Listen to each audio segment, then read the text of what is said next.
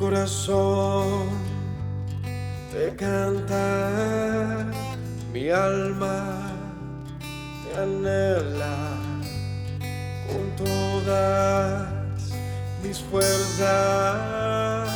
Te amo, roca eterna, tú eres mi esperanza, mi gloria, mi fuerza. En valles de sombra te cuidas, eres lumbrera. Tú eres fiel, no me dejarás. De la muerte y me levantarás. En tu palabra puedo confiar. Tú eres fiel, no me dejarás. De la muerte y me levantarás. En tu palabra puedo confiar. Eres fiel.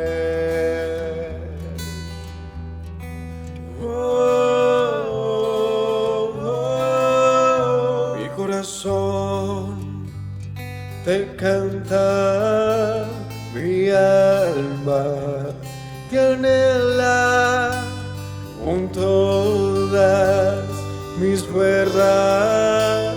Te amo, roca eterna, tú eres mi esperanza, mi gloria, mi fuerza. En valles de sombra te cuidas, eres lumbrera. Tú eres fiel, no me dejarás. De la muerte y me levantarás. En tu palabra puedo confiar. Tú eres fiel, no me dejarás. De la muerte y me levantarás. En tu palabra puedo confiar. Eres fiel, eres fiel. Tú eres fiel, no me dejarás. De la muerte y me levantarás. En tu palabra puedo confiar. Tú eres fiel, no.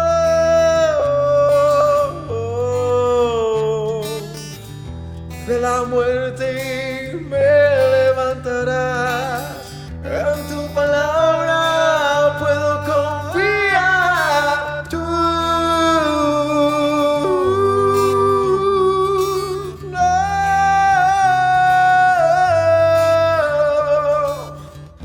De la muerte me levantarás. En tu palabra puedo confiar. Eres fiel, eres fiel. Tú eres fiel, no me dejarás. De la muerte y me levantarás. En tu palabra puedo confiar.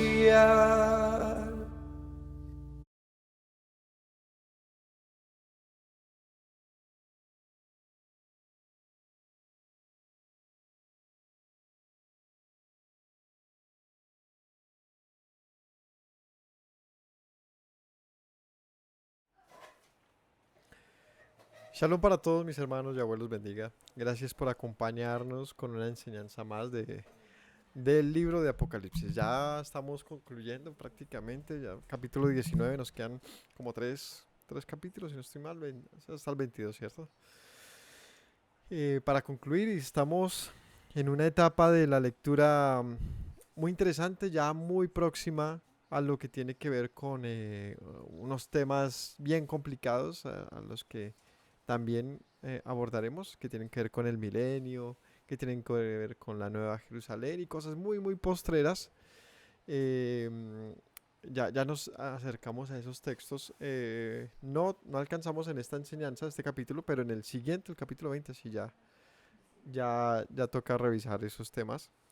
Eh, pero es importante que sepamos en la etapa que estamos, ¿verdad? Y que la reconozcamos en relación a la lectura de estos capítulos del libro del Apocalipsis. Acabamos de terminar 17 y 18 que tenían que ver con la destrucción ¿de qué? De la Gran Babilonia. ¿Cierto? Eso fue lo último charlado. Y veamos qué acontece, qué visión tiene Juan enseguida de esto. Le oremos y arrancamos. Padre Celestial, te doy gracias por esta tarde, la oportunidad que nos brindas de aprender, Señor, de reconocerte en tu palabra, Señor. Te ruego que tu palabra sea deleitosa para nosotros, que podamos entender cuál es tu buena, agradable y perfecta voluntad, Señor. Que podamos descubrir qué es lo que tú, Señor, deseas para nosotros, Señor, en la comprensión de la lectura. Gracias te damos porque eres bueno. Amén. Bien, vamos a ir al capítulo 19 del libro del Apocalipsis.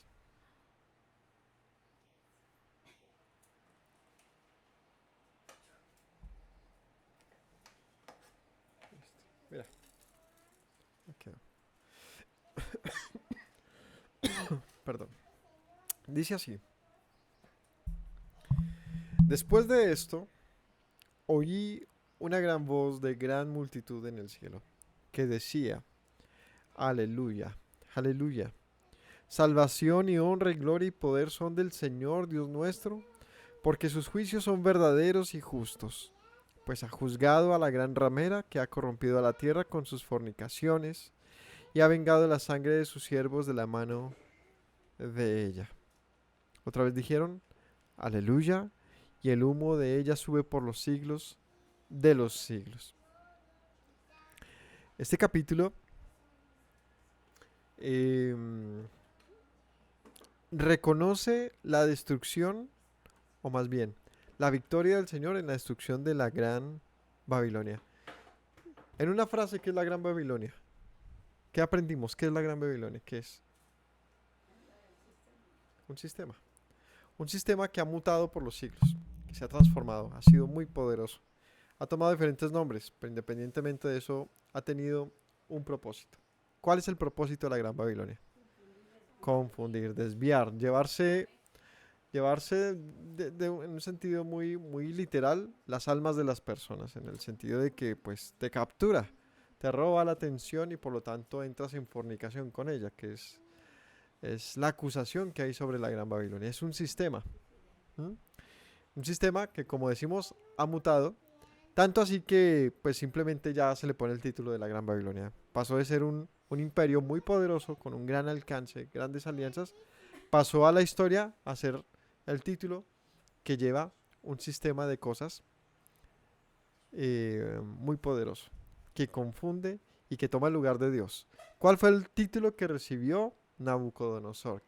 Recordamos un título muy poderoso que recibe Nabucodonosor en los textos bíblicos. Rey de Reyes.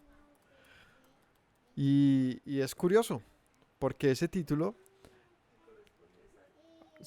nosotros en nuestro conocimiento nos pareciera que es de alguien más, ¿cierto? Eso está en Daniel 2:37.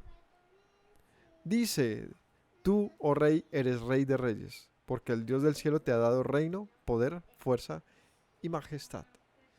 Y simplemente como un título que aparece aquí, pero que nos hace entender cuál ha sido el rol de, de Babilonia, ¿no? Eh, cuál era su intención entonces también, ¿no? Porque lo que se le acusa am,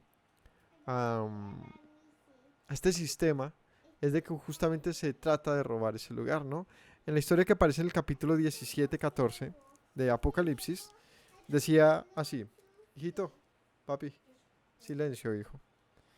Dice así, en capítulo 17, donde habla de la condenación de la gran ramera, dice desde el versículo 13: estos tienen un mismo propósito, entregarán su poder y su autoridad a la bestia, pelearán contra el Cordero y el Cordero los vencerá, porque Él es Señor de señores y Rey de reyes, y los que están con Él son llamados, elegidos y fieles.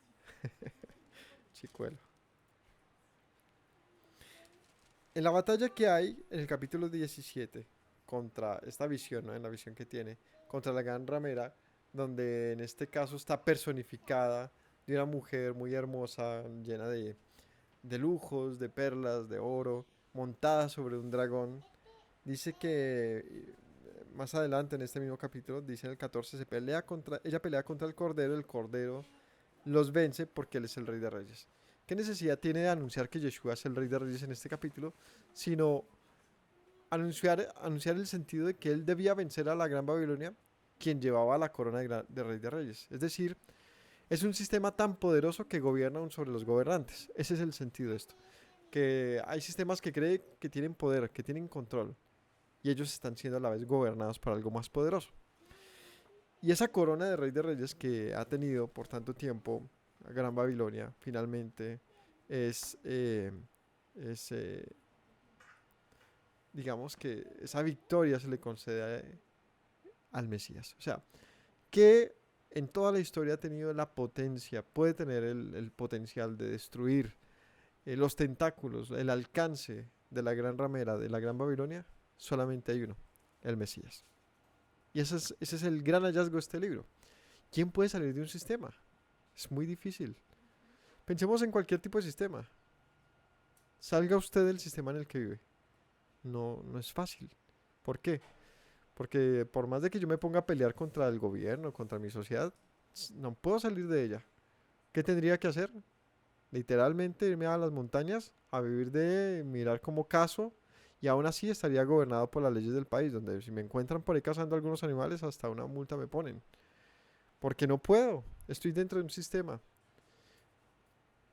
Por más de que uno se quiera desconectar del sistema, dependes de él porque él te provee los servicios, el agua, la electricidad, las leyes, la policía, no sé. Podemos estar de acuerdo o no eh, ideológicamente con el sistema en el que vivamos, pero la verdad es que él tiene un alcance muy poderoso sobre nosotros en la sociedad. No estoy diciendo que sea bueno o malo el sistema, lo que es un ejemplo de que es difícil salir de un sistema cualquiera. Cuanto más si este sistema del que se menciona aquí es un sistema que gobierna incluso a los sistemas. Es un sistema que tiene el alcance de abarcarlo todo. Un sistema con poder religioso, con poder político, con poder militar, con poder económico, con poder, ¿no? Que tiene la capacidad también de mutar, de transformarse, ¿no? Y adherirse a las diferentes épocas, en unas asesinar y en otras ser un príncipe de paz. Es engañador, es astuto, es un sistema que es difícil de eludir. Y por lo tanto dice, ¿quién vencerá a este sistema? Que en otras palabras y de acuerdo a lo que hemos leído en el Apocalipsis y como también lo vemos en una perspectiva muy grande, es la serpiente del huerto. Alguien capaz de incidir en la toma de decisiones de las personas, incluso en el paraíso. Incluso cuando todo está perfecto. Y de una manera tan sutil, tan inteligente, que le hace pensar a aquella persona que está tomando la mejor de las decisiones. No le dice mentiras abiertas, le dice mentiras ocultas. Finalmente, cuando en ese huerto que es, creo que la reina de las historias, ¿no? Es la que nos ha servido para abarcar tantísimos temas. En el momento que Adán y Eva le sirven a la serpiente, se convierte en su Rey de Reyes y Señor de Señores, porque sobrepasa la voluntad de Dios. Al momento que tú decides obedecer a algo más allá que el Señor, pues le pones la corona a aquello a lo que sirves. Se convierte en idolatría. Y ese ejemplo de cómo algo puede influir al todo, a las vidas de unas personas, e incluso delante del Todopoderoso, es el ejemplo que se vive por los siglos y en toda la humanidad. Y podríamos preguntarnos, ¿y quién puede vencer a la bestia entonces? Entonces el libro nos lleva a entender eso. Esa es la profecía, eso es lo que enseña. ¿Quién tiene tal poder de vencer, incluso a aquel poder que tiene toda autoridad? ¿Quién puede arrebatarle esa autoridad, ese poder? Sino el Mesías. Entonces, cuando finalmente pasa esto, y de acuerdo a este texto lo podemos entender como algo que no va a pasar sino hasta el final. Es decir, el engaño en la humanidad, como estuvo en el paraíso, diríamos está desde el principio y estará hasta el final. Es algo que nos acompaña como humanidad. El, el, el, eh, el punto de ser todo el tiempo confrontados en nuestro corazón acerca de nuestras decisiones es algo que va a estar hasta el final. Pero finalmente vencerá aquel quien realmente lleva la corona, el Rey de Reyes y Señor de Señores. Entonces, con ese contexto en el capítulo 19 dice, ha sido vencida la gran Babilonia. Y hay una gran alegría en esta expresión, es como un logro inalcanzable, como algo que no parecía posible, y los cielos se conmueven por ello, al punto que la palabra aleluya, que no aparece en los textos del Nuevo Testamento, aparece en este solo texto como 6 veces. En todo el Nuevo Testamento no aparece escrita la palabra aleluya. En el Tanaj o en el Antiguo Testamento se aparece en varias ocasiones, pero aquí no, exceptuando este momento. ¿Y qué significa aleluya? Sí, aleluya, alabanzas a Yahweh. Es una palabra que le da justamente la gloria a quien le pertenece en un acto como este. ¿Cuál? ¿Cuál acto? El de vencer. Entonces, habiendo entendido, dice aquí entonces, aleluya, decían en el cielo una multitud. Decían, salvación, honra y gloria y poder son del Señor nuestro Dios. Le confieren a Él todo. Todo es de nuestro Dios. Todo el poder, toda la gloria, la salvación, la honra, todo es de Él. Y es maravilloso ver que se reivindica el nombre del Señor y se entiende que, más bien se insiste en que nosotros comprendamos que no hay salvación fuera de Dios, que no hay poder alguno, no hay sustituto alguno, no hay nada que pueda reemplazar lo que el Señor ha de hacer. Así que dicen aleluya, porque sus juicios son verdaderos y justos. Ha juzgado a la gran ramera que ha corrompido a la tierra con su fornicación y ha vengado la sangre de sus siervos de la mano de ella. Ha vengado, ha vengado. Y aquí viene el gran momento llamado, pues bueno, en la narrativa del 17 y del 18, en una sola palabra, ¿qué es lo que el Señor hizo? ¿O qué logra? ¿Qué hizo con Babilonia? ¿Qué hizo con ella? De acuerdo a lo que estamos leyendo, la vengó. Vengó, o más bien, con ella vengó, ¿no? Es el día de la venganza. El día de la venganza. Y para esto vamos a hacer una lectura del libro de Deuteronomio. Un pasaje muy antiguo que no pareciera que tuviera alguna conexión, que Moisés haya hablado algo acerca de esto que pueda aparecer aquí en Apocalipsis. Veámoslo aquí, en el Cántico de Moisés, capítulo 32 de Deuteronomio.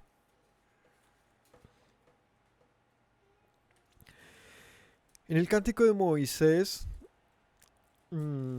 se cuenta como, es una canción, pero también una profecía, donde el Señor anuncia la actitud que tendría el pueblo en el futuro y lo que esto traería consigo, ¿no? Por ejemplo, en el 32 cuando arranca dice, escúchenme que hablaré como lluvia que se convierte en una tormenta, ¿no? Y empieza a decirles, la justicia es de Dios, pero la corrupción es de sus hijos. Y empieza aquí no más en el versículo 5, en el 6 dice, así pagáis a Yahweh, pueblo loco e ignorante. ¿No es Él tu Padre que te creó? Él te hizo y te estableció. Acuérdate de los tiempos antiguos, considera los años de muchas generaciones, y tus padres te dirán, tus ancianos te contarán, cuando el Altísimo hizo heredar a las naciones. Y empieza a contar lo que el Señor ha hecho por su pueblo. O sea, imagínense que eh, pareciera que Moisés se molestó, porque, uy, Moisés va a cantar una canción, debe ser de alegría, cuando, pum, se pone a decir cosas muy duras contra el pueblo. Y todo este pasaje lleva a un punto, y es que en el versículo 16 dice, despertaron a celos con dioses ajenos, lo provocaron a ira con abominaciones, sacrificaron a demonios y no a Dios, a dioses que no habían conocido, a nuevos dioses venidos de cerca que no habían temido. Y 20, esconderé de ellos mi rostro, veré cuál sea su fin, son generación perversa, hijos infieles, me movieron a celos con lo que no es Dios, me provocaron a ira con sus ídolos, los moveré a celos con un pueblo que no es pueblo, los provocaré a ira con una nación insensata. Y empieza a hablar aquí muchas cosas que serían en el futuro. Habla de las maldiciones que llegarían hacia ellos, el 27, por no haber temido la provocación del enemigo, no sea que se envanezcan sus adversarios y que digan, nuestra mano poderosa ha hecho todo esto y no Yahweh, porque son nación privada de consejo, no hay en ellos entendimiento. Ojalá fueran sabios que comprendieran esto, se dieran cuenta del fin que les espera.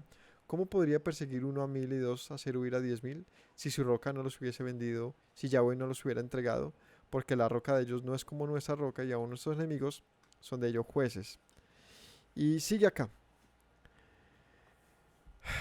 Versículo 34, aquí ya se acerca. ¿No tengo yo esto guardado conmigo sellado en mi tesoro? Mía es la venganza, la retribución a su tiempo y su pie resbalará.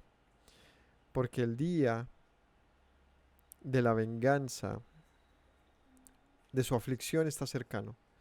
Y lo que les está preparado se apresura, porque Yahweh juzgará a su pueblo, por amor de sus siervos se arrepentirá, cuando viere que la fuerza pereció y que no queda ni siervo ni libre, y dirá, ¿dónde están sus dioses y la roca que les refugiaba? Que comían la grosura de sus sacrificios y bebían el vino de sus libaciones, levántese, que les ayuden y los defiendan. Vean ahora que yo soy, y no hay dioses conmigo. Yo hago morir y hago vivir, yo hiero y yo sano. No hay quien pueda librar de mi mano, porque yo alzaré a los cielos mi mano y diré, vivo yo para siempre. Si afilare mi reluciente espada y echaré mano del juicio, yo tomaré venganza de mis enemigos y daré la retribución a los que me aborrecen. Embriagaré de sangre mis saetas, mi espada devorará carne, en la sangre de los muertos y de los cautivos, en las cabezas de larga cabellera del enemigo.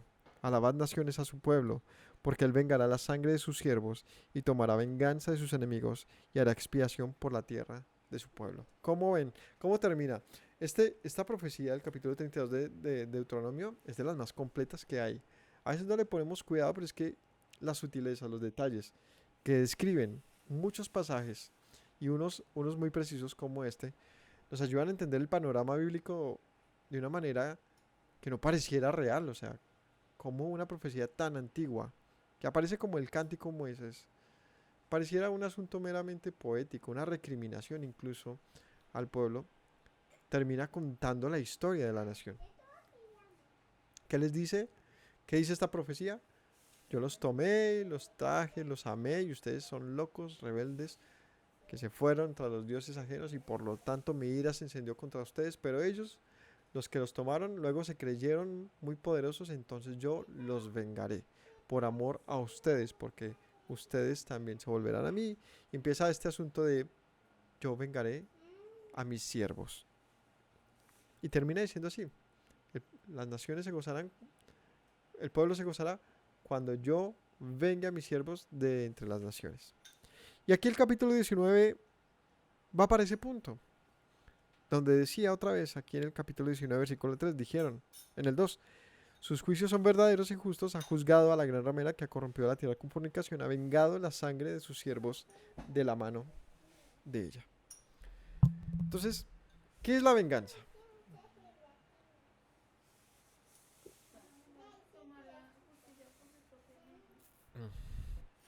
¿Una venganza qué es? Una venganza es un proceso en el que se busca equilibrar una balanza torcida.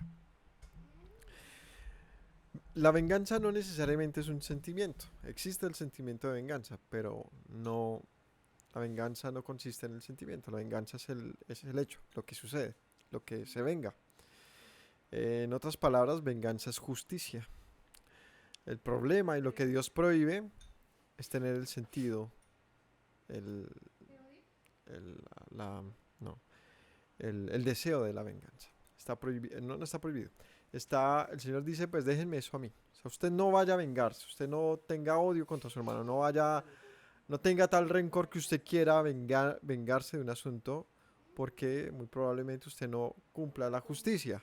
No obre con justicia y lo que haga es torcer la balanza para otro lado. Mía es la venganza, dice entonces el Señor. Es decir, yo pondré todas las cosas en orden. No es que Él tenga un sentimiento de venganza, como lo entendemos a nivel humano, de tiene rabia, ¿no? De tiene odio. No tiene nada que ver con eso. Tiene que ver con un proceso de justicia, donde Él tiene en sus manos el juicio y la venganza. Así que aquí dice, ha vengado la sangre de sus siervos de la mano de ella. ¿Por qué se, digamos que se preservó, sí, se mantuvo, permaneció el pecado de la gran ramera? Porque su pecado era aclamado también por aquellos justos que habían sido lastimados por el poder de esta misma gran ramera. Es decir, el alcance de la gran ramera no era simplemente manipular el mundo y controlarlo, también era sobrepasar por encima de los inocentes, de los justos, de aquellos que no merecían eso. Y eso acumuló ira sobre la, lo que el Señor tenía que hacer por ella, por eso dice, Él las vengó. Y, versículo 3, otra vez dijeron aleluya, y el humo de ella sube por los siglos de los siglos. Es decir, es como una gran quema, ¿no? ¿Qué evento nos recuerda esto? Un humo que sube por los siglos de los siglos.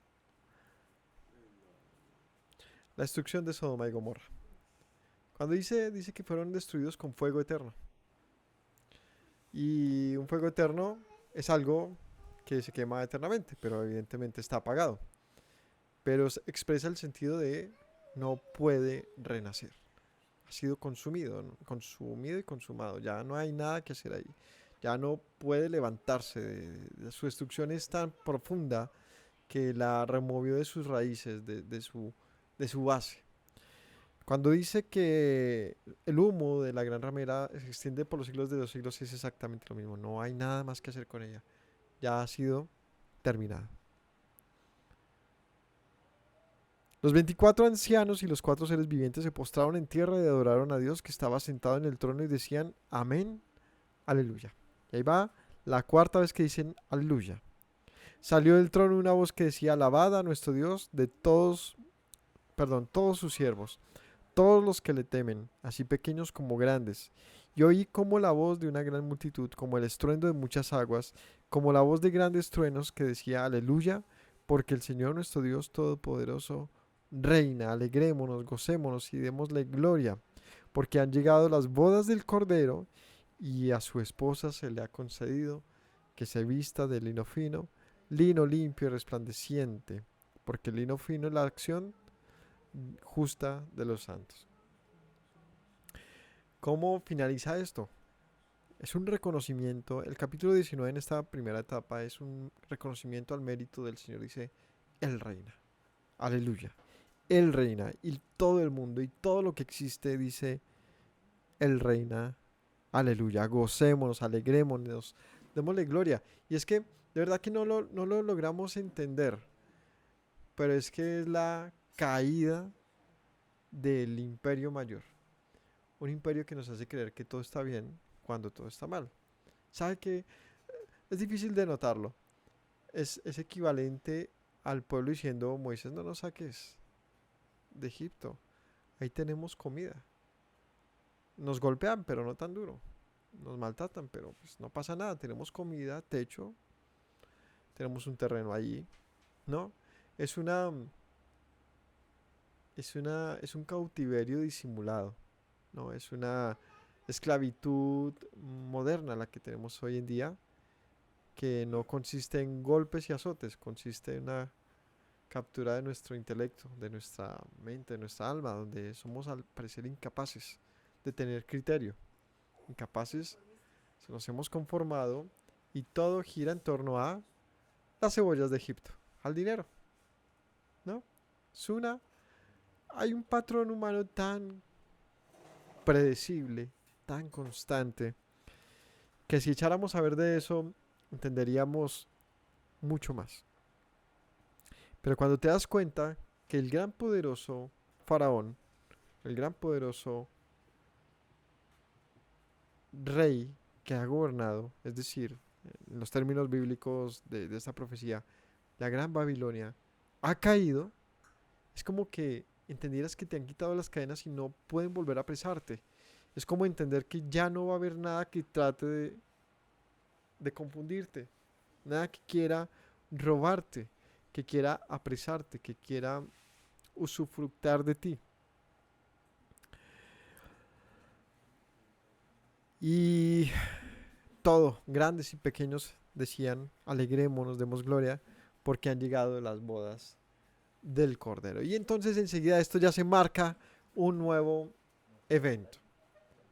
¿Cuál es el nuevo evento que se señala acá? Las bodas del Cordero. Las bodas. Y dice, y a su esposa se le ha preparado, se le ha concedido que se vista de lino fino, limpio y resplandeciente, porque el lino fino de estas es las acciones justas de los santos. Entonces, una vez más, entendemos, cuando el Señor destruya plenamente aquella Babilonia, cuando le dé su fin, inmediatamente se entenderá que hay un pueblo listo, preparado, que se le ha concedido que se vista de las obras de justicia que Yeshua nos ha concedido para andar, ¿no? Como dice la escritura, porque se nos dice que debemos andar por las obras que de antemano se habían preparado para que anduviésemos. ¿Cuáles son estas obras preparadas de antemano? Pues las que dice la Torá. Si nosotros, dice aquí, el lino fino son las acciones justas, que manifiesta lo que es justicia, sino el andar de acuerdo a, pues a lo que el Señor ha dicho, a su palabra, a sus leyes. Así que revestirnos de lino fino y prepararnos para las bodas es lo que hemos estado haciendo seguramente hasta que llegue el momento en que se diga prepárense para las bodas, ¿no? Han llegado las bodas del Cordero. ¿Y qué es esto? ¿Qué significan las bodas del Cordero? La verdad es que es una alegoría más bíblica que se manifiesta a lo largo de la escritura. Vamos a ver cómo lo hace. Hay varios pasajes. Isaías 54 dice así. Esta parábola del Señor presentándose como un esposo y de su pueblo como una esposa es algo que está a lo largo de la escritura. En Isaías 54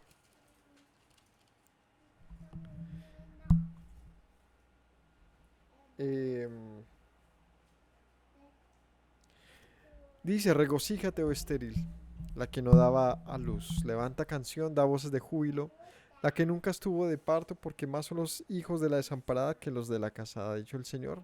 Ensancha el sitio de tu tienda, las cortinas de tus habitaciones sean extendidas, no seas escasa, alarga tus cuerdas, refuerza tus estacas, porque te extenderás a la mano derecha y a la mano izquierda, y tu descendencia heredará naciones y habitarán ciudades asoladas. No temas, pues no serás confundida, y no te avergüences, porque no serás afrentada, sino que te olvidarás de la vergüenza de tu juventud, de la afrenta de tu viudez no tendrás más memoria, porque tu marido es tu hacedor. Yahweh de los ejércitos es su nombre, tu redentor, el Santo de Israel. Dios de toda la tierra será llamado, porque como a mujer abandonada y triste de espíritu te llamó Yahweh, como a la esposa de la juventud que es repudiada, dijo el Dios tuyo. Por un breve momento te abandoné, pero te recogeré con gran misericordia Con un poco de ira escondí mi rostro de ti por un momento, pero mi misericordia, con misericordia eterna tendré compasión de ti, dijo Yahweh, tu redentor. ¿Qué tal? ¿Ah? Como un esposo que tiene misericordia de una esposa infiel. Ese es la connotación, ¿no?, de este pasaje. ¿Qué hace un esposo con una esposa infiel? ¿Qué puede hacer? Repudiarla. ¿Y cuál es la intención del Señor con su pueblo? Pues poderlo rescatar, poderlo transformar, ¿no?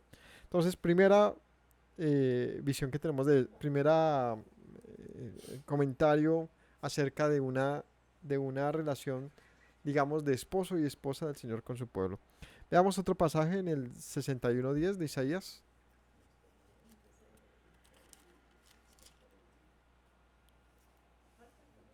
Isaías 61. 61:10, donde dice: en gran manera me gozaré en Yahweh, mi alma se alegrará en mi Dios, porque me vistió con vestiduras de salvación, me rodeó de mano de justicia, como a novio me atavió, como a novia adornada con sus joyas, porque como la tierra produce sus renuevos, así el huerto hace brotar las semillas, y el Señor hará brotar justicia y alabanza delante de todas las naciones. Es decir, para el pueblo del Señor no era desconocida esta, esta comparación, ¿no? Esta parábola. El pueblo se sentía como una esposa, como una mujer que había sido tomada por el Señor, pero que había vivido una vida de diferentes maneras. Una vida que había deshonrado al Señor. Jeremías 31:32. 31:32. Dice Jeremías 31. No como el pacto que hice con sus padres el día que tomé su mano para sacarlos de la tierra de Egipto, porque ellos invalidaron mi pacto, aunque fui yo un marido para ellos, dice el Señor. Aunque fui como un marido para ellos, ¿no? Ezequiel 16:7. Ezequiel 16 dice así.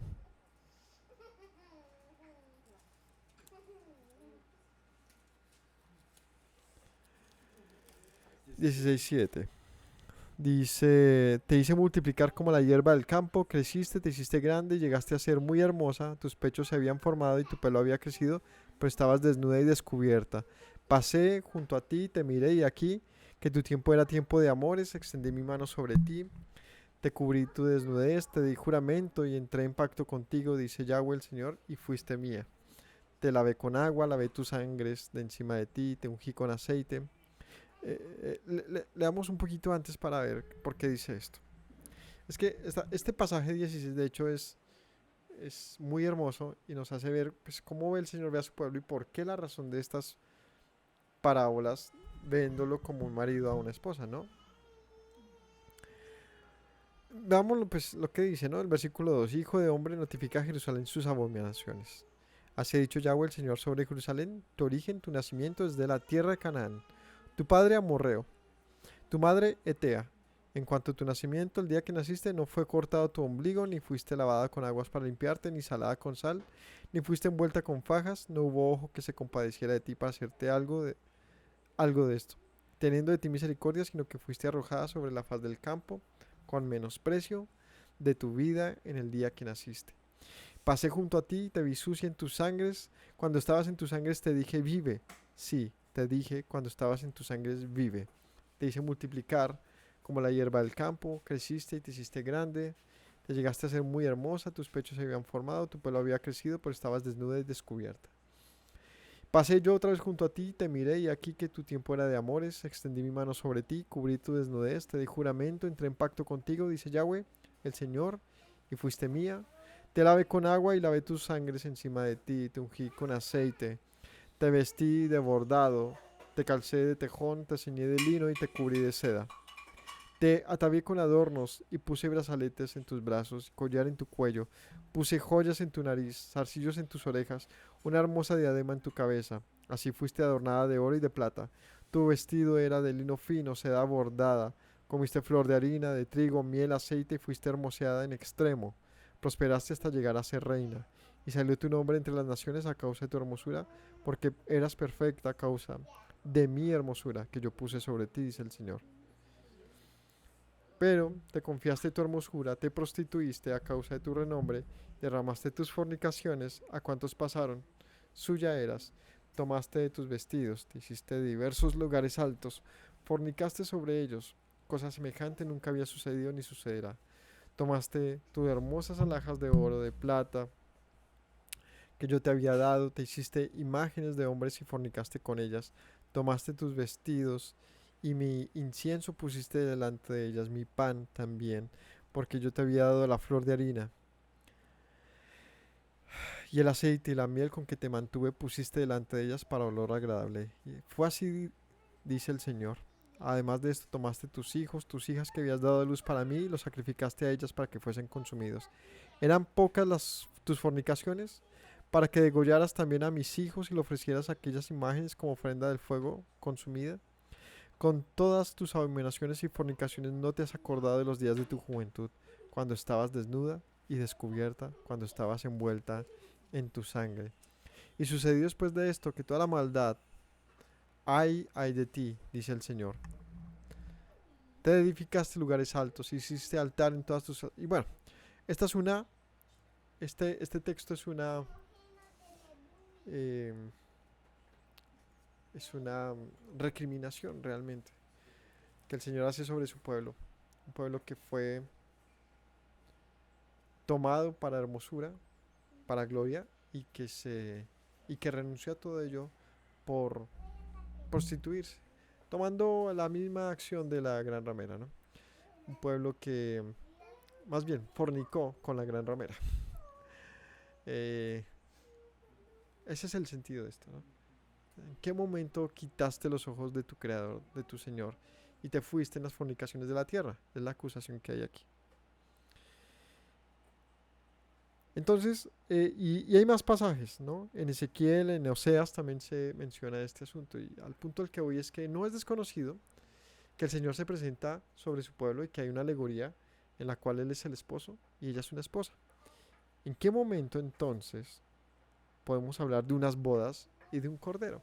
Luego no era el Señor el marido, pero el cordero no es otro Señor acaso. Para los que no, eh, no se permiten entender a Yeshua como parte del Señor, del Padre, pues siempre van a encontrar dos señores. Pero la verdad es que es la razón de por qué no es un asunto de una mujer compartida por el Padre y el Hijo, sino que siempre ha sido el mismo Señor. ¿Quién es el Señor? Pues uno es lo que dice el texto. Por lo tanto, esta misma alegoría que le pertenece a Yahweh, ahora en el Nuevo Testamento se transpone al Hijo. No como que sean dos y como otra vez, como una mujer compartida por dos, sino como un mismo evento. Solamente que con una gran diferencia. Y es que viene un nuevo desposorio como si ella si fuera una nueva mujer. Y eso es lo raro. No es la misma mujer. No había sido tomada por él. No había sido adornada, hermoseada. ¿En qué momento esta mujer entra en un nuevo pacto? Y ahí tiene el sentido de eso. Un nuevo pacto. Y cuando hablamos de nuevo pacto, por supuesto, que lo relacionamos con el Mesías. Segunda de Corintios 11, ¿qué dice?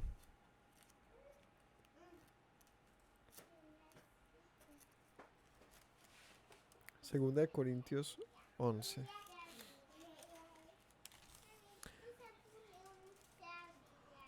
Ojalá me toleraseis un poco de locura. Sí, toleradme, dice Pablo. Porque os celo con celo de Dios, pues os he desposado con un solo esposo, para presentaros como una virgen pura al Mesías. Pero temo que como la serpiente con su astucia engañó a Eva, vuestros sentidos sean de alguna manera extraviados de la sincera fidelidad al Mesías. Entonces, dice Pablo, yo los estoy preparando para el Mesías, para que sean como decía aquí, ¿no? Se les ha concedido vestirse de lino para él, de lino muy fino. Efesios 5:25.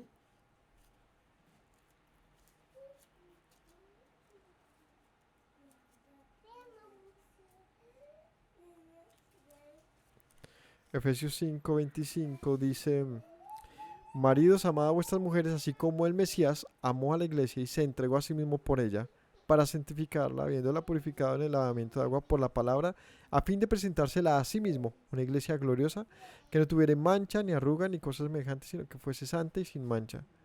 Así también los maridos deben amar a sus mujeres como a sí mismos, como a sus propios cuerpos. Y bueno, aquí lo utiliza como una alegoría para hablar del matrimonio, pero es interesante otra vez este asunto de en qué momento la figura del Mesías reemplaza, pues así pareciera, a la del Señor en su papel de esposo, a menos que sea el mismo esposo. Solamente que en una segunda etapa. ¿Cuál es la segunda etapa a la que estamos hablando? Pues si nos fijamos en lo que decía los profetas, decían: yo te desposé, te amé, te llené de gloria, y tú luego, gloriosa, entonces entraste a fornicar con el mundo. Y entonces, ¿en qué momento rescata a una mujer así pues de usada y desechada? El último pasaje para ver esto es Oseas. Es el profeta en el cual es más evidente este asunto, Oseas capítulo 2. El profeta Oseas es un profeta al cual el Señor le hace experimentar la infidelidad, a fin de que él logre transmitir con mayor claridad pues el amor de Dios por su pueblo. Eh,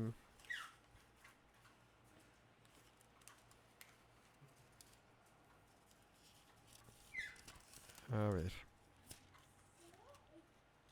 dice así Oseas.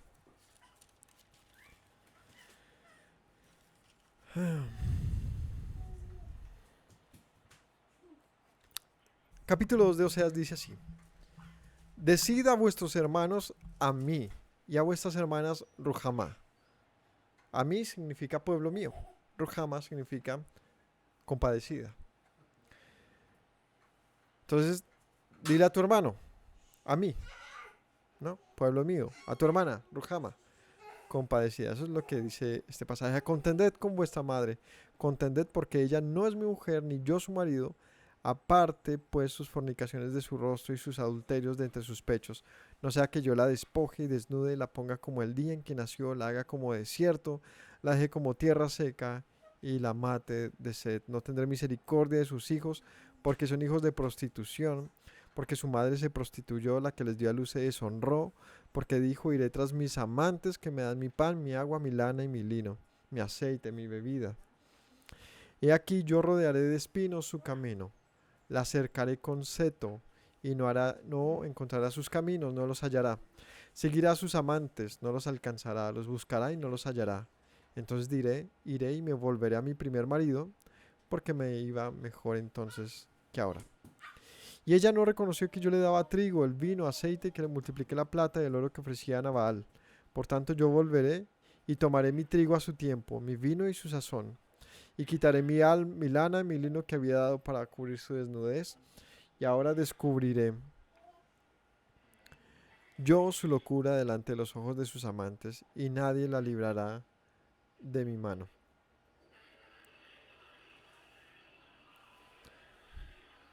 Nadie la librará de mi mano. Haré cesar su gozo, sus fiestas, lunas nuevas y días de reposo, sus festividades, y haré talar sus vides, sus higueras, las cuales dijo: mi salario son, salario que me han dado mis amantes. La reduciré a un matorral, las comerá la bestia del campo, y castigaré por los días que incensaba a los baales, se adornaba sus arcillos y de sus joyeles, y se iba tras sus amantes, y se olvidará de mí, dice el Señor. Pero he aquí, bueno, hasta ahí, perdónenme si leo muy rápido, pero es que es un contenido largo, y si quieren un verso a verso, pueden en nuestro canal ver el libro de Oseas verso a verso, donde se habla de esto, pero es importante que entendamos que no es simplemente leer pasajes de Apocalipsis y a ver, explíquemelos. Se trata de entender pues su contexto, su historia y por qué se están allí y a quién van dirigidos. Estamos hablando de unas bodas, de un cordero y de un pueblo preparado para eso. Pero ese pueblo, si vemos su historia, pues que no la ha tenido fácil. ¿Y cuál es la historia? Pues esta es mi historia, pongan atención de cómo mi vida se transformó. Mira, la historia de todo Berlín, del príncipe del rap, ¿no? Cómo esa mujer no es que nació, eh, digamos, purísima, sin pecado, ¿no? Sino que tuvo una historia bien difícil. No seas, el Señor le dice, tú le dices a tu hermano, tú eres pueblo y tú eres eh, compadecida, pero el Señor dice, ya no más, me cansé, porque eres un pueblo que se prostituyó. Y luego de eso dice, tú vas a cansarte también de esa prostitución, te cansarás. Llegará el momento que digas, me acordaré de mi Dios, yo estaba bien con Él, no sé qué me pasó, por qué me volví de esa manera. Así que dice aquí en el 14, y quiero que me pongan atención porque esta es una historia de amor. La historia del Señor con su pueblo es una historia de amor. Es una historia muy mal contada, es una historia también muy mal entendida y es un amor que ha sido eh, falseado. También es un amor que se le ha puesto a otro. Es decir, se ha cambiado a los personajes. Versículo 14. He aquí que yo la atraeré. La llevaré al desierto y hablaré a su corazón. Le daré sus viñas desde allí, el valle de Acor por puerta de esperanza. Allí cantarán como en los tiempos de su juventud, como en el día de su subida de la tierra de Egipto en aquel tiempo, dice Yahweh. Me llamarás Ishi y nunca más me llamarás Baali. Me llamarás mi esposo y nunca más me llamarás mi señor. Porque quitaré de su boca los nombres de los Baales y nunca más se mencionarán sus nombres. En aquel tiempo haré para ti pacto con las bestias del campo, aves del cielo y serpientes, y quitaré de la tierra arco y espada y guerra y te haré dormir segura. Te desposaré conmigo para siempre. Te desposaré conmigo en justicia, juicio, benignidad y misericordia. Te desposaré conmigo en fidelidad y conocerás a Yahweh. Pero, pregunta, ¿luego no era ya su esposa? ¿Ah? ¿Ustedes qué dicen? O sea que hay dos casamientos. La alegoría que eso representa hay dos casamientos. Uno, temprano, con la que tiene muchos hijos. Hijos que luego son entregados a las mismas fornicaciones de ella, al punto que el Señor los desconoce. Y dice, no, ustedes son hijos de las fornicaciones de esta, no míos. Y dice, pero cuando estés allá en tus vergüenzas y en todas tus cosas, llegará el momento en que reconozcas que estabas mejor conmigo y me buscarás y me vas a encontrar. Y cuando me busques, yo te llevaré al desierto y te haré conocerme nuevamente y se renovará el amor. Y entonces te desposaré y vivirás segura en misericordia, justicia, juicio y benignidad, con fidelidad y conocerás a Yahweh. ¿Y cuál es ese segundo desposorio? ¿No? Ese segundo desposorio es algo que se anuncia como algo postrero, ¿no? En aquel tiempo responderé, dice Yahweh, yo responderé a los cielos y ellos responderán a la tierra, y la tierra responderá al trigo, al vino, al aceite, y ellos responderán a Jezreel. La sembraré para mí en la tierra y tendré misericordia de lo Ruhama y diré a lo a mí, tú eres pueblo mío, y él dirá, Dios mío. Lo Ruhama y lo a mí, pueblo no mío y no compadecida. Es decir, aquellos que yo decía, ni eres mi pueblo, ni me compadezco a ustedes, les diré que sí me compadezco y sí son mi pueblo. ¿Por qué? Porque ustedes me dirán a mí, Dios mío. Y lo que les decía, el capítulo 3, le dice ahora el Señor a Oseas, ve y ama a una mujer adúltera. Ama a una mujer amada de su compañero, aunque adúltera, como el amor de Yahweh para con los hijos de Israel, los cuales miran a dioses ajenos y aman tortas de pasas. La compré entonces para mí por 15 ciclos de plata y un homer y medio de cebada, y le dije, serás mía durante muchos días. No fornicarás ni tomarás otro varón, lo mismo haré contigo, porque muchos días estarán los hijos de Israel sin rey, sin príncipe, ni sacrificios, sin estatuas, sin efod, sin terafines. Después volverán los hijos de Israel y buscarán a Yahweh su Dios y a David su rey y temerán a Yahweh y a su bondad en el fin de los días. Bueno, todo el libro va a hablar de este asunto, pero el punto al que voy es cómo se dibuja en este libro más que nunca. A Oseas le toca experimentar lo que es vivir con una mujer que se despierta y que sale de la casa y ya no sabe si va a volver. Y cuando vuelva no sabe pues, con quién estuvo. Horrible, un asunto como ese. Y es, el problema grande no es ese, el problema es que Oseas se enamora de ella y que Oseas la ama.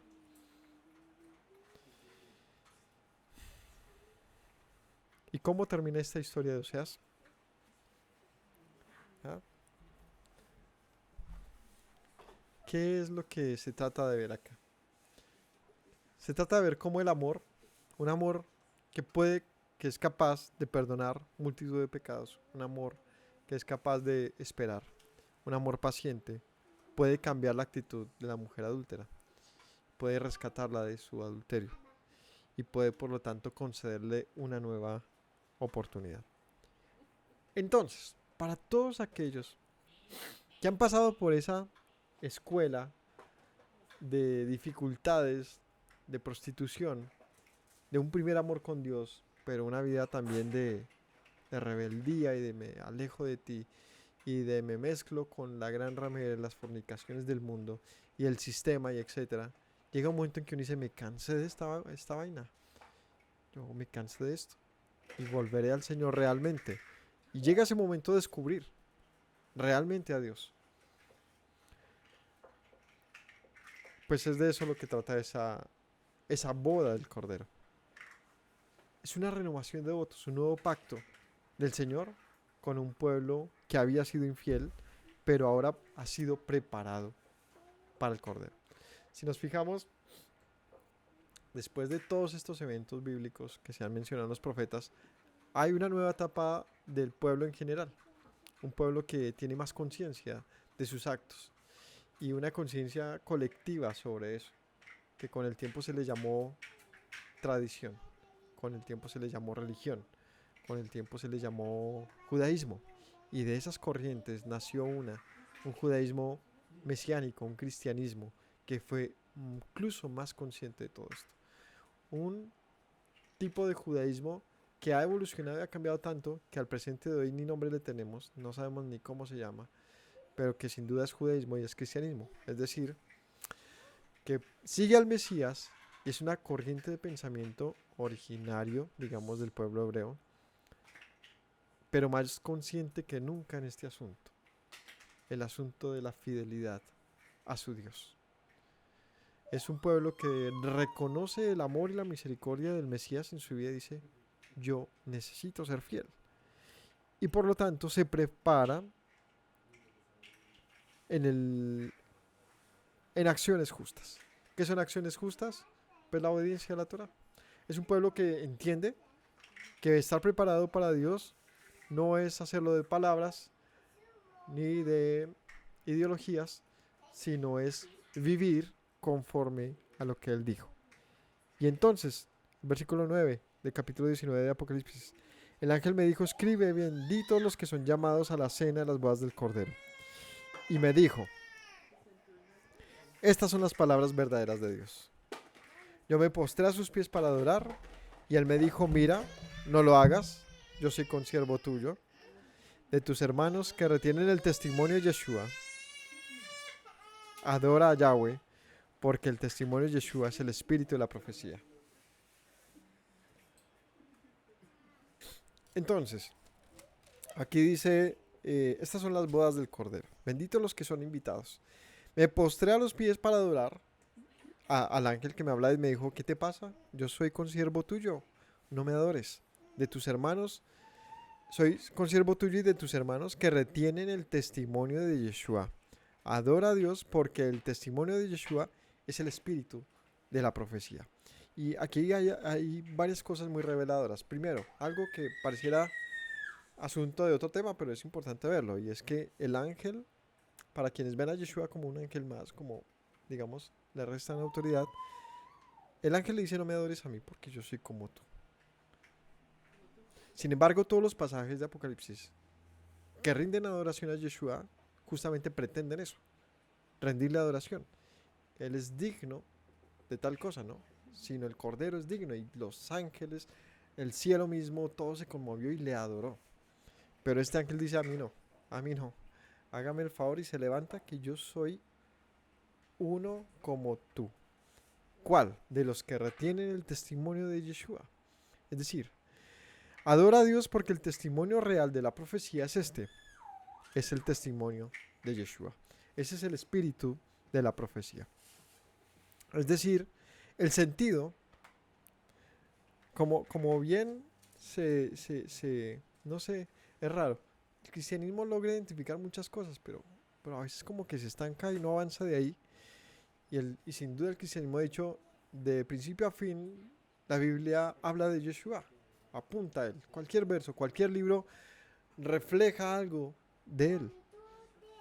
Dice aquí, es que ese es el espíritu de la profecía, eso es lo que impulsa la profecía, esa es la razón de ser de ella. La pregunta es, ¿y entonces por qué no logran entender entonces qué es lo que esa profecía habla acerca de él, ¿no? Vi el cielo abierto y aquí un caballo blanco. El que lo montaba se llamaba Fiel y Verdadero, y con justicia juzga y pelea. Sus ojos eran como llama de fuego, había en sus cabezas muchas diademas y tenía un nombre escrito que ninguno conocía sino él mismo. Estaba vestido de una ropa teñida en sangre y su nombre es el Verbo de Dios. Y bueno, aquí viene otro evento. Entonces, luego de hablar de las bodas del Cordero, ve y llega uno montando un caballo blanco. Dice aquí, es que le va a dar varios nombres. El primer nombre que aparece él se llamaba Fiel y Verdadero. Fiel y verdadero son sinónimos, de hecho. La fidelidad de Dios representada en él y la verdad de Dios. Ambos asuntos eternos, inquebrantables, fiel y verdadero. Que con justicia juzga y pelea. Sus ojos eran como llamas de fuego y había en su cabeza muchas diademas. Tenía un nombre escrito que ninguno conocía sino él mismo. Estaba vestido en una ropa teñida en sangre y su nombre es el Verbo de Dios. O sea, ¿cuál es el nombre que nadie conoce que él tenía? Pues muy probablemente es lo que aquí dice. El nombre que él tenía nadie lo conocía hasta ese momento. Ha sido manifiesto. ¿Cuál es el nombre de aquel que monta el caballo blanco? El Verbo de Dios, la palabra de Dios. Y muy curiosamente, pero pues el mismo que escribe Apocalipsis es el que escribe la introducción pues del libro de Juan. En el principio era el verbo era con Dios y el verbo era Dios y todas las cosas por él fueron hechas. Sin él nada de lo que ha sido hecho fue hecho. En él estaba la vida era la luz de los hombres eh, y el verbo se hizo carne. Y todo eso hablando del Mesías. El verbo de Dios, el que lleva el nombre, el verbo de Dios, se ha manifestado y su nombre aquí lo conocemos como Yeshua. De hecho, pues no sé si han hecho esa pregunta, yo me la he hecho, ¿cómo se llamará el Señor antes de ser conocido como Yeshua? Pues muy probablemente que este fuera su nombre. Dabar Elohim, la palabra de Dios. Y podemos recordar entonces, y de pronto deja de ser un sustantivo común y se vuelve propio cuando los profetas decían, y vino a mí la palabra de Dios, y me dijo. De repente no es lo que nosotros pensamos que dice, como, o sea, escuchó una palabra, o aprendió una palabra, o recibió una palabra. Es muy probable que en muchos casos sea que vino alguien llamado la palabra de Dios y le dijo. Entonces deja de ser una cosa y pasa a ser otra. Coge apariencia, cobra un sentido diferente. Pero eso es otro tema. El punto al que voy es que llega el jinete del caballo blanco y el jinete del caballo blanco es conocido como fiel y verdadero, el Verbo de Dios. Los ejércitos celestiales vestidos de lino finísimo, blanco y limpio le seguían en caballos blancos. Esa es una escena tremenda de un ejército saliendo, ¿no? Viene el jinete pues superior, ¿no? Con un caballo tremendo, con muchas diademas encima, pues el rey, y detrás de él muchos ejércitos vestidos de lino finísimo, blanco y limpio. Pregunta, ¿quién es este ejército vestido de lino finísimo, blanco y limpio? ¿Mm? ¿De quién acabamos de leer que se le concedió vestirse de lino fino y resplandeciente. La esposa. Recordemos que estos eventos, a veces uno ni sabe cómo entender esto. Uno se imagina ya una mesa impresionante, un banquete. ¿Y cómo será ese momento? ¿Qué comeremos? ¿Qué servirán? Como un hecho muy humano. Pero de repente, segunda cena, todos esos que estaban convidados están detrás de él en caballos, a galope. Una escena impactante, pues digna de una película, de una batalla épica, siguiéndole. Y ya no tiene nada que ver con una boda, tiene que ver con un juicio. Entonces, son diferentes alegorías, pero apuntan a un mismo asunto. ¿Quiénes están conmigo? ¿Quiénes han sido llamados a pelear conmigo? ¿Quiénes vencerán? Aquellos, dice el ángel, yo soy como tú. Yo soy uno más que retiene el testimonio de Yeshua, así que adórale a él. Y todos estos de lino, la esposa, de lino blanco y finísimo, le seguían en caballos blancos. Por eso el detalle de cada uno de los simbolismos de Apocalipsis es súper clave. No están ahí al azar. No se pone allí así como para adornar el verso, no. Tiene un sentido. Y en la medida que nosotros veamos cómo se repiten, cómo se reflejan entre ellos, pues es que se logra entender un poco más. De su boca, de la de él, sale una espada aguda para herir con ella a las naciones. Las regirá con una vara de hierro. Y él es el único que tenía una ropa diferente, ¿no? ¿Cómo era la ropa de él? Era una ropa teñida en sangre. El caballo era blanco y su ropa teñida en sangre. De su boca sale una espada aguda para herir a las naciones. ¿Cómo puede la palabra de Dios herir a las naciones? ¿Ah? Dime. Juzgándolas. ¿Y cómo lo hace? Son las maldiciones. Recordemos que la palabra del Señor vivifica y también destruye. En la palabra del Señor es donde está consignado la destrucción. O no acabamos de leer cuando empezamos la predicación que en Deuteronomio, que es lo que Moisés transmite de parte del Señor, dice, yo vengaré, ¿no? Haré un gran banquete. ¿De qué se trata la cena del Señor? De un banquete de juicio, donde dice, vengan las aves y coman de los muertos que se van a regar por las calles. Y más allá de otra vez, de verlo como, uy, pero qué sangrienta cena, es lo que se da a entender como, es una narrativa, es una epopeya de la aniquilación del gran día final, cuando el Señor sea el vencedor, y esa es la gran celebración, cuando toda esa gran ramera y todos los que decidieron darle la espalda, y todos los que no quisieron oír, y todos los que, a ver, se fueron entonces, como dice el pasaje, ¿no? El que no es conmigo, contra mí es. Todos ellos entonces sean llevados a una aniquilación. Entonces esto lo pone en modo película, en un tráiler impresionante. Y aquí dice, Él los herirá con su palabra. Y como dice el Salmo, ¿no? Las regirá con vara de hierro, como vasija alfarero, las desmenuzará. Es como usted coger un palo, una varilla y meterse a una cantería, a una cristalería. Eso no hay nada que le resista a eso. Desmenuzado. Él pisa el lagar del vino del furor y la ira del Dios Todopoderoso. En su vestidura y en su muslo tiene escrito este otro nombre. ¿Cuál es? Rey de reyes y Señor de señores. Otra vez volvemos al punto de Él va a vengar y con su venganza se servirá de su autoridad y le dirá al mundo, yo soy el rey. Vio a un ángel que estaba en pie en el sol, clamó a gran voz diciendo a todas las aves que vuelan en medio del cielo, venid, congregados a la gran cena de Dios. Así que, la gran cena de Dios. ¿Cuál es la gran cena? Versículo 9, donde empezamos, el ángel me dijo, escribe, benditos los que son llamados a la cena de las bodas del Cordero de Dios. ¿Cuál es la gran cena? Vi, 17, a uno que decía a las aves que vuelan en medio del cielo, venid y congregados a la gran cena de Dios, para que comáis las carnes de reyes y de capitanes, carnes de fuertes, carnes de caballos, de jinetes, de todos, libres y esclavos, pequeños y grandes. Vi a la bestia, a los reyes de la tierra y sus ejércitos reunidos para guerrear contra el que montaba el caballo, contra su ejército. La bestia fue apresada y con ella el falso profeta que había hecho delante de ella las señales, las cuales había engañado a los que recibieron la marca de la bestia y habían adorado su imagen. Estos dos fueron lanzados vivos dentro de un lago de fuego que arde con azufre. Los demás fueron muertos con la espada que salía de la boca del que montaba el caballo y todas las aves se saciaron de las carnes de ellos. Así que las bodas del Cordero no es lo que imaginamos. ¿Será pavo? ¿Qué nos servirán? ¿Será la colombiana, arroz con pollo? ¿No? ¿Será churrasco? ¿Será un buffet?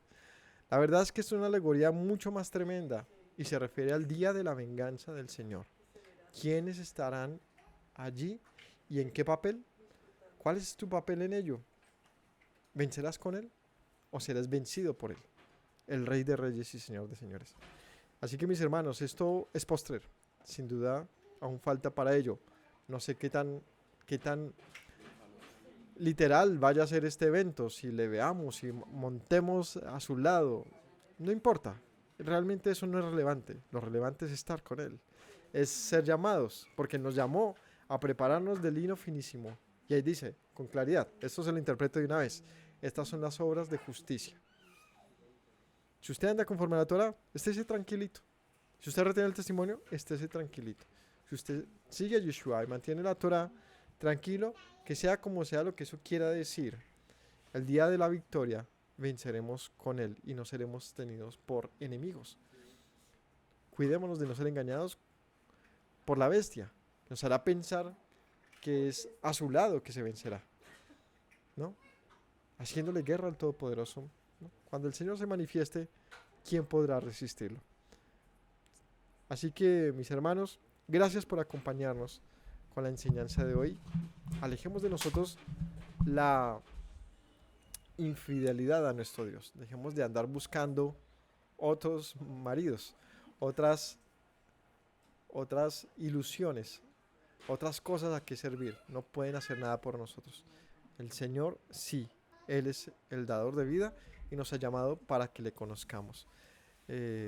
Gracias por acompañarnos en este capítulo 19 del libro de Apocalipsis. Que tengan una excelente tarde, un final de Shabbat lleno de la misericordia del Señor. Bendiciones para todos.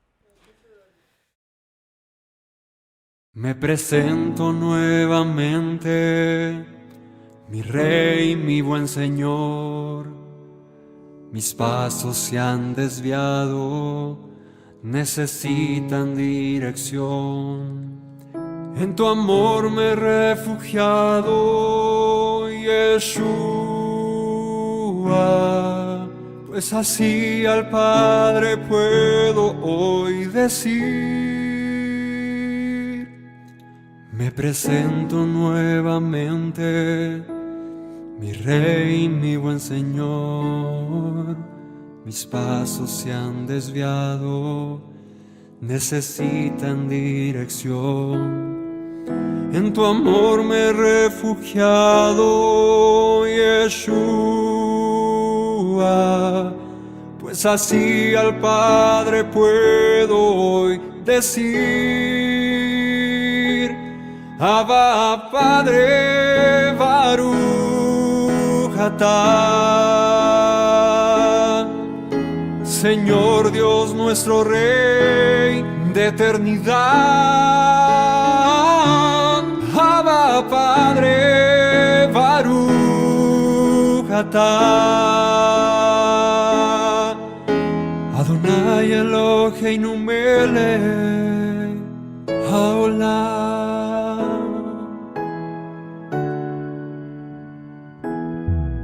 Me presento nuevamente, mi Rey, mi buen Señor. Mis pasos se han desviado, necesitan dirección. En tu amor me he refugiado, Yeshua, pues así al Padre puedo hoy decir.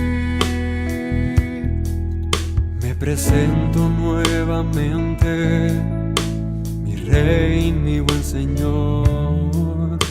Mis pasos se han desviado, necesitan dirección. En tu amor me he refugiado, Yeshua, pues así al Padre puedo hoy decir. Abba, Padre, Baruch atah, Señor Dios nuestro Rey de eternidad. Abba Padre, Baruch atah. Adonai Eloheinu melech haolam. Diste tu hijo con devoción, sacrificio de amor, hasta la muerte Él se inmoló para darme salvación. Al tercer día resucitó, a la muerte Él venció. Luego al cielo ascendió, volverá, lo prometió. Abba Padre, Baruch atah. Señor Dios nuestro Rey de eternidad. Abba Padre, Baruch atah. Adonai Eloheinu melech haolam. Abba Padre, Baruch atah. Señor Dios nuestro Rey de eternidad. Abba Padre, Baruch atah. Adonai Eloheinu melech haolam.